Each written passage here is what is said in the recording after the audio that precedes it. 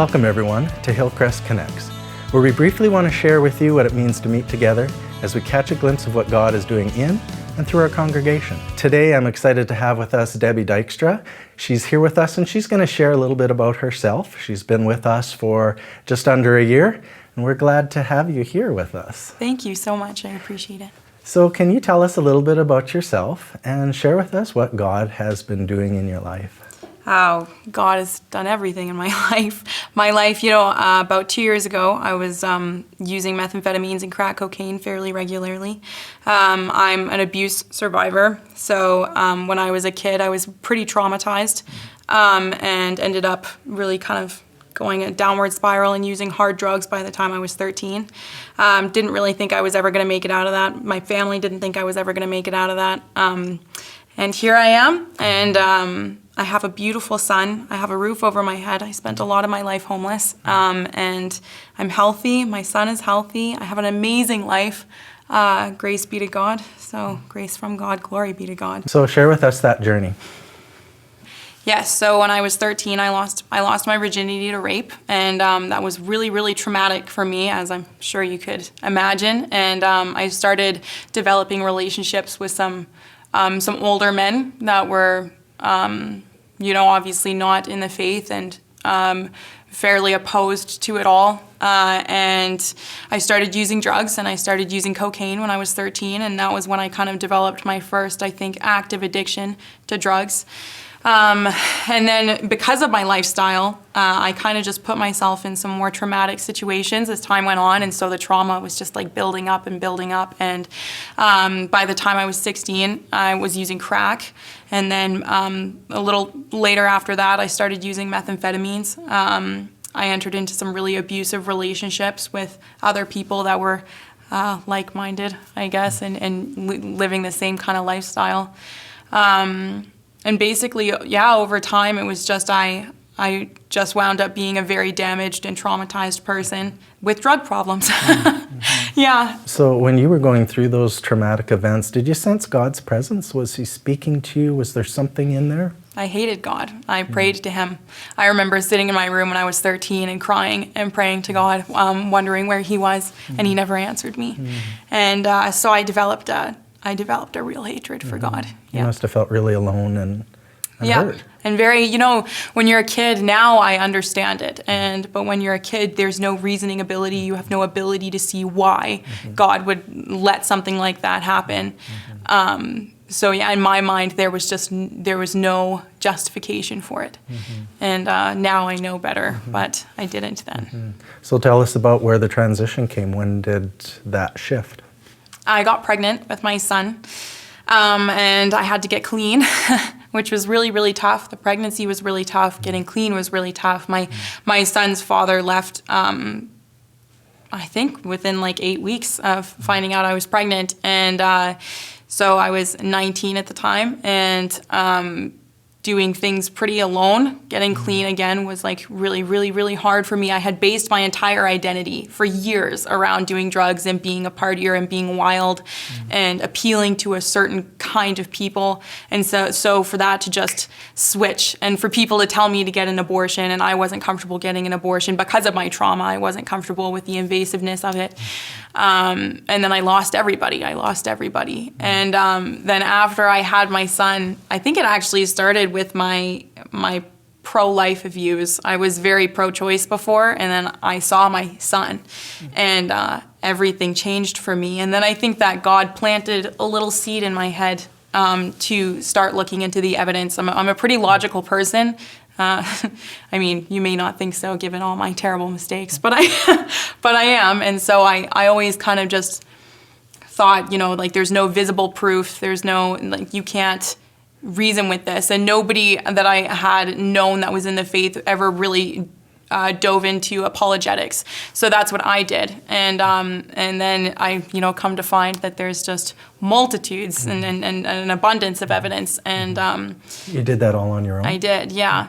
And then after that, actually, it was really interesting because I got I went through this kind of spiritual warfare where I was like attacked by Satan, and to his dismay, all that really did was solidify me on my path of where I was going, because obviously Satan doesn't exist without God.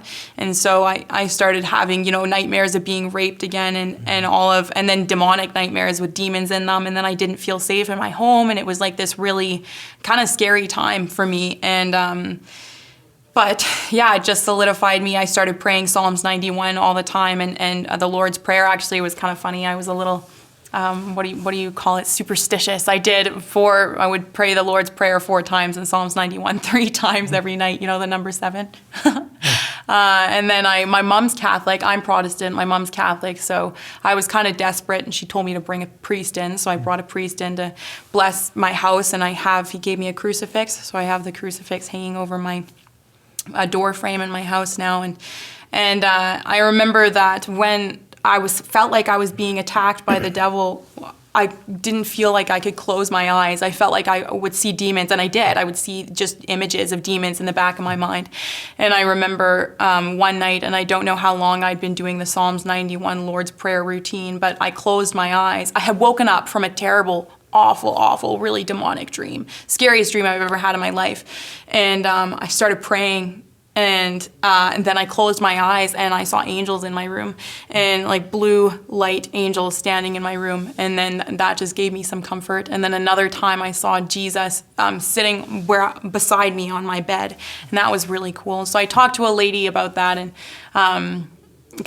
she said they were some sort of vision. I don't know what that means really, but I looked it up, and it kind of fit the description. I guess I always thought of visions like Joseph in the Old Testament, and that was my understanding of visions. So I didn't think that's what they could be, but then I kind of gained a new understanding of the possibility that that's what they could have been. As you were going through that battle and the things you were seeing, and as you're growing in your relationship, what was God teaching you? What was He telling you about Himself, or what was God teaching you about yourself? Well, I think during that time I had so many crazy revelations. I know that one of those I had terror, and luckily, like through my journey with God, this has been really like the amount of healing that has taken place is insane. And totally, I never could have imagined it.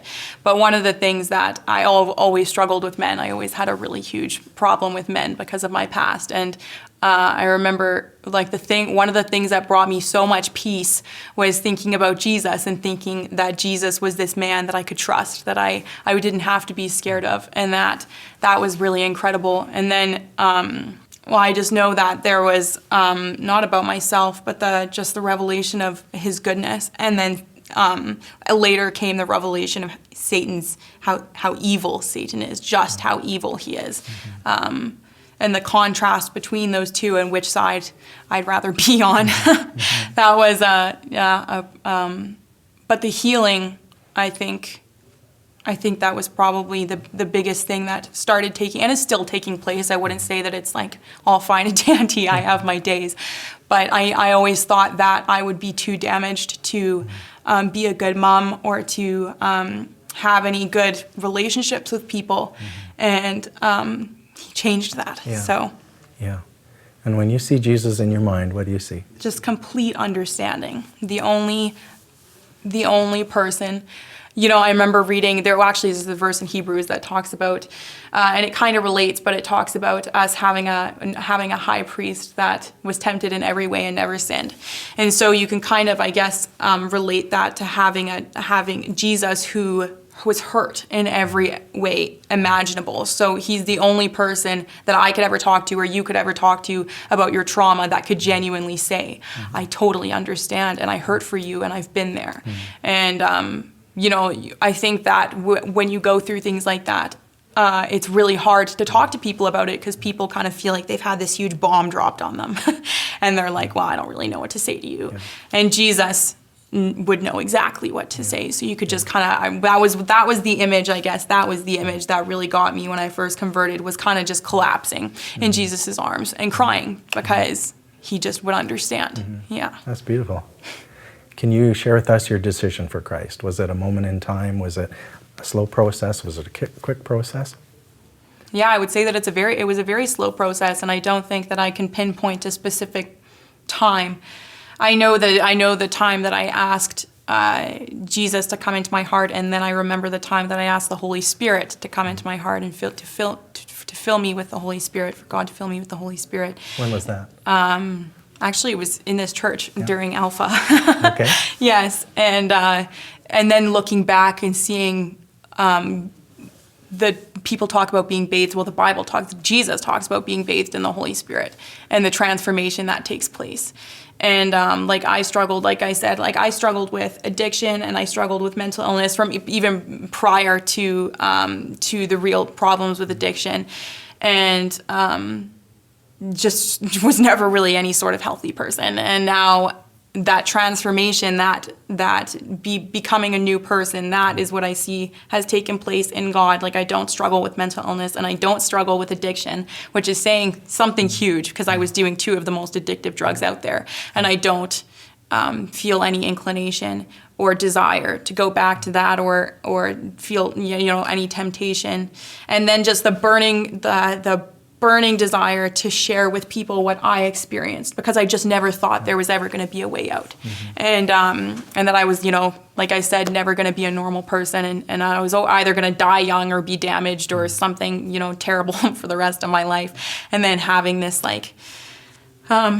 this total light and the mercy that God has had on me, because I blasphemed God for years. Like, I did. I said awful things about God to him for years and years. And the amount of grace that he has had towards me, and the forgiveness that he has had towards me, to still hold on and then give me my son, and give me all these incredible blessings that I never ever deserved. That's for sure. And tell us, what are you looking forward to now, and what's God doing in your life, and as you look forward? Well, I'm really hoping to be able to use my testimony, and I think that God is, when I look at why I went through so many of the things that I went through, I don't think that God sat there and willed them. I think that God gave us free will, and a lot of the things that were happening to me were just other people exercising their free will. But what God will do is he'll use those things, and he'll work them together for good. And I think that that's what he's doing with the testimony. I actually shared my testimony recently on Facebook, just a really brief little explanation of it.